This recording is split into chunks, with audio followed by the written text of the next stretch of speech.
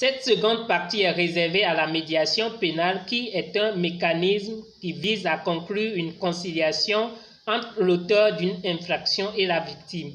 Elle est instituée par l'article 59 du Code pénal. Elle a pour objectif d'arrêter les poursuites pénales, d'assurer la réparation du dommage causé à la victime, de mettre fin aux troubles résultant de l'infraction et de contribuer au reclassement de l'auteur de l'infraction. Comme toute médiation, la médiation pénale requiert également l'intervention d'un médiateur, qui ici est le procureur de la République ou un médiateur pénal désigné par lui. La mission du médiateur est d'aider les parties à trouver une solution acceptée par elles et qui ne doit pas être contraire ni à l'ordre public ni aux bonnes mœurs. Le médiateur doit être indépendant, impartial, neutre et confident. Généralement, la médiation est soldée par des solutions appelées des mesures de rechange, c'est-à-dire des attitudes que doit adopter l'auteur de l'infraction dans le cadre de la réparation des torts qu'il a causés.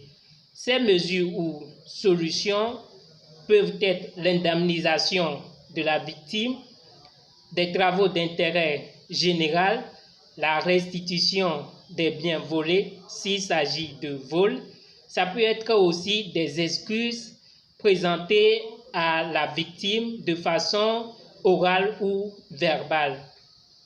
La décision de recourir à la médiation pénale appartient au procureur de la République. L'auteur d'une infraction, qu'il s'agit d'un mineur ou majeur, peut demander la médiation pénale une fois qu'il reconnaît les faits qui lui sont reprochés et que ces faits sont de faible gravité, ce qui amène à dire que la médiation pénale n'est pas possible lorsqu'il s'agit d'un crime, d'un délit sexuel, d'une infraction d'atteinte au bien public et plein d'autres encore. Somme toute, la médiation pénale et la composition pénale que nous avions vues dans la première partie constituent des mesures alternatives aux poursuites pénales permettant d'arrêter ces poursuites engagées contre l'auteur d'une infraction. Nous avons vu de long en large les conditions dans lesquelles le recours à ces mesures sont possibles.